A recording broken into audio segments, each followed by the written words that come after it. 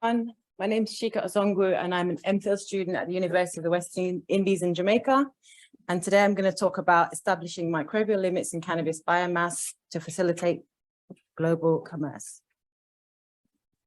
All right, so pretty much everyone here is probably aware that more and more countries are relaxing their prohibitive stance on cannabis, whether it be through the establishment of medicinal industries for recreational use, decriminalization or legalization, with all sorts of if, buts, and maybes, but it's moving.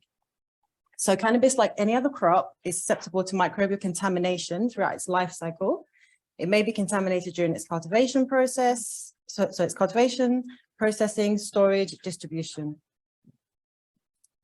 So many of these organisms are pathogenic, i.e. they cause harm to human health or the plant, the health of the plant, whether it's primarily or opportunistically.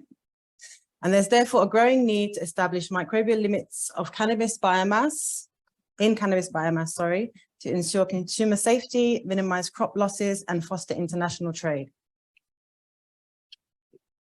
Okay, so establishing guidelines in cannabis is just not so straightforward for a number of reasons. First of all, this is, I think, the most up-to-date illustration or map of the legal status of cannabis worldwide. I got it from Wikipedia because that is probably the best place to get the most up-to-date map. But pretty much you can see that in the United States, many states have many state regulators have set limits for microbial species or genera in cannabis products, forcing distributors to employ efficient lab screening in order to remain compliant. Other than the United States, there are several other countries where medical use is legal around the world. I mean, you can see them highlighted in green. And then in yellow, we have countries where, recreational use is legal, including Canada, Georgia, Mexico, Malta, South Africa, Thailand. And in some places, there are laws in place for sacramental use. So, for example, in Barbados and Jamaica, cannabis is legal for spiritual use by Rastafarians.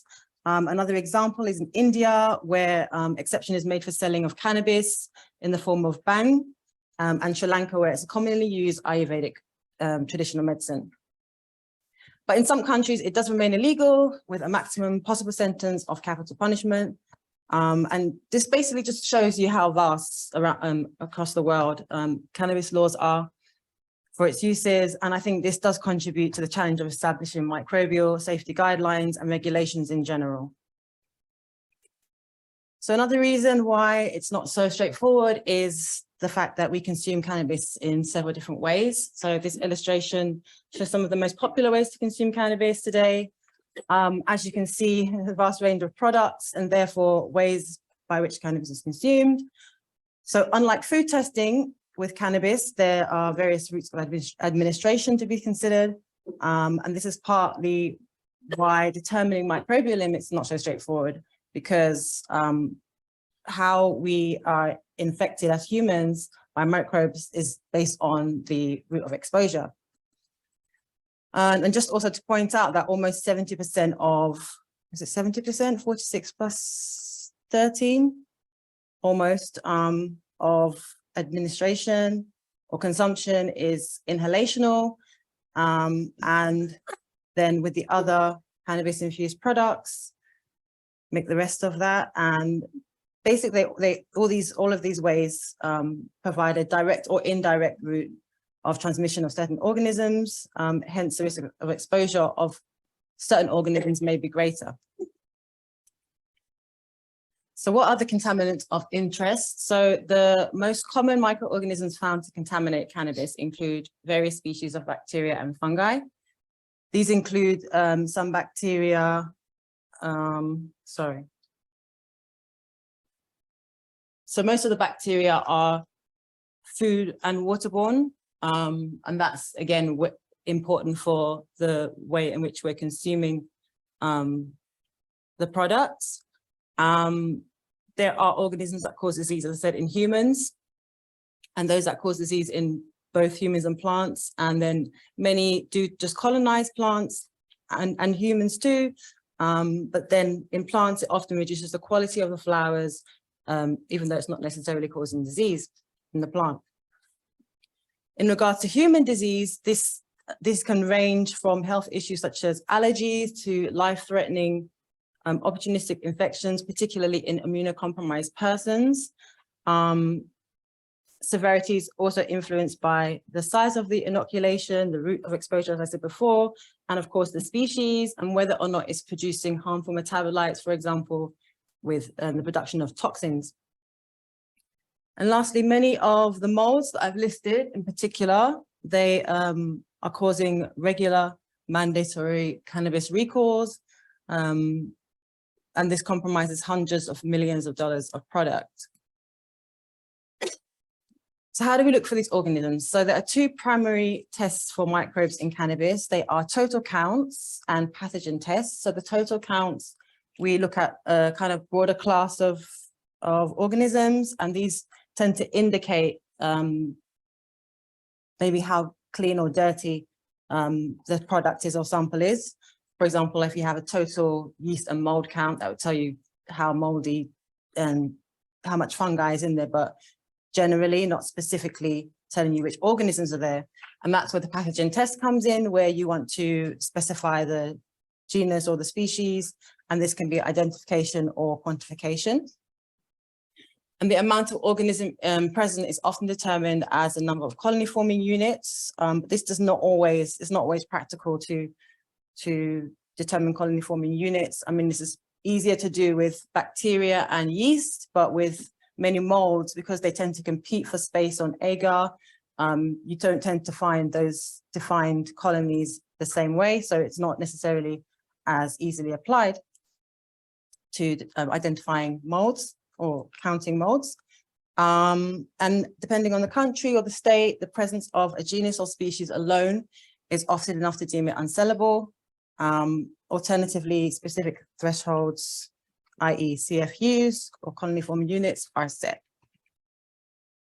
So some of the most commonly used methods for microbial screening are culture and several molecular detection methods, including PCR, microarray, sequencing, and mass spec. And this is probably in order of most to least commonly adopted methods. Importantly, they all have their own merits, depending on the context in which they're used, and that's the main thing I want to highlight here. I mean, you can see some strengths and weaknesses of all of the limitations, of all of the methods. Culture-based methods involve growing microorganisms in a medium and counting the colonies that grow. This method is relatively simple and inexpensive, but it's considered quite laborious and labor-intensive, and it might require specialist expertise. I won't go through all of the strengths and limitations, but you can see them there. So we did some work in Jamaica to see what was in the post-harvest commercially available cannabis flowers. So I'm just going to talk a little bit about this work. So this is the isolation of Aspergillus species from commercially available cannabis flowers produced in Jamaica.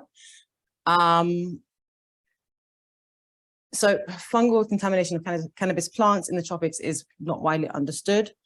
And Aspergilli are a group of environmentally ubiquitous fungi species found worldwide, pretty much everywhere. Several members significantly impact human health and the agricultural industry. And in humans, it can cause aspergillosis due to spore exposure, usually inhalational, but it can also occur from inoculation of skin, hair, nails, eyes, and the GI tract. Symptoms can range from cough to chest pain, sepsis, invasive disease can lead to multi-organ failure. And again, this is of greatest risk in the immunocompromised. But not just immunocompromised, immunocompetent people can also be at risk of aspergillosis. So we, in our laboratory, we collected 60 samples from both regulated and unregulated distributors. So there are, at the time, there were about 8 dispensaries in Kingston, and we collected from 6 of them. And Yeah, we collected from 6 of them. And then for the unregulated, we collected from 6 communities or 6 regions in Kingston and within those separate communities. Now, 2 minutes. Okay, thanks. So multiple 0.1 gram samples of each flower were cultured onto Savarose dextrose agar, and then we conducted staining and microscopy of whatever grew. So the results were that among the 60 samples that we screened, we identified 25, we got 25 species identifications from 22 samples. So overall 36.7% positivity. The most common species identified was Aspergillus niger, and we found that in samples, sorry, from all 5 samples. So all regulated dispensaries, sorry. And I think, yes, it was just all regulated dispensaries had Aspergillus niger. Flavus, we had 2 Aspergillus flavus, and then versicolor and fumigatus following. Interestingly, the regulated dispensaries, well, these results were 64% from the regulated samples and 36% from the unregulated samples. So in conclusion, combination of qualitative and quantitative testing methods are to be considered most appropriate. Collaborative efforts, because cannabis is very unique, and you know, we feel that the conversation needs to be between so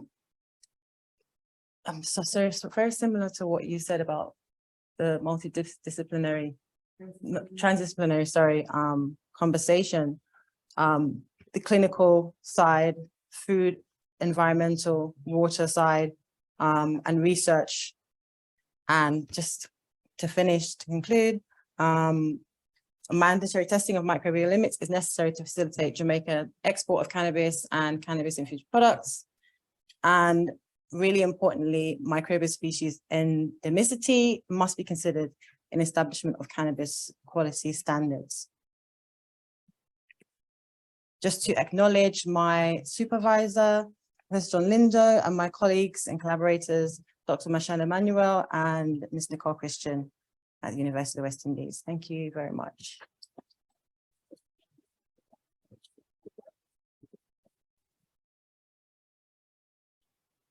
Okay. Yeah, I think we have like a few minutes of questions, right? Yeah, can I ask one? Yeah, sure. Do you guys have any hypotheses on why there's a higher prevalence in the regulated populations versus the unregulated? Yeah. Yeah, you do too, right? Oh, sorry. Yeah, I think it's obvious, but not obvious, but I think it's to do with the use of probably unregulated chemicals to spray their plants, perhaps, most likely, because it was the molds that were much less, obviously, in the regulated, in the unregulated, but we saw a lot more bacteria in the unregulated. We actually, I isolated 168 molds. I've just shown you the Aspergillus results, and we're still to identify all the rest, but most of the moldy samples were more the unregulated. Unregulated? Sorry, I'm getting a bit mixed up. So the regulated had more molds and the unregulated, yes. We think unregulated, more spraying. Yeah. Have you seen any correlation between contamination with method of cultivation? So we weren't able to determine what the methods of cultivation they use, in fact, where the sources of their cannabis were, but most likely, well, definitely methods of cultivation are really, really important, from moisture content, really, really important. Sun grown versus indoor, we don't have all that information. we're not really able to get that from these dispensaries. So we're just doing this blindly and trying to see what's out there. But absolutely, I think that there'll be a talk tomorrow by Noella Joy, I think, who'll be talking about post-harvest drying processes, but that's a major influence on quality, microbial quality. So are the regulated, they're just certified, but are there like practices they have to adhere to receive their regulation, or it's literally just a certification that allows them to operate legally? It's not mandatory. The guidelines are still developing. So, I mean, actually, Dr. Emanuel, could you comment on that? Okay, so the Bureau of Standards Jamaica developed some like standards to maintain public health, safety, and environmental stewardship throughout the cannabis value chain. However, it has not been incorporated within the regulatory framework thus far. So it's still an involuntary standard, But previously, what somebody asked, based on why did the regulated market have more contamination? I think that is due to the fact that they use controlled atmospheric conditions to actually dry cannabis, cure, and store. So if they're like units, if they don't monitor the air quality, that might be a persistent problem within other contamination that we see here.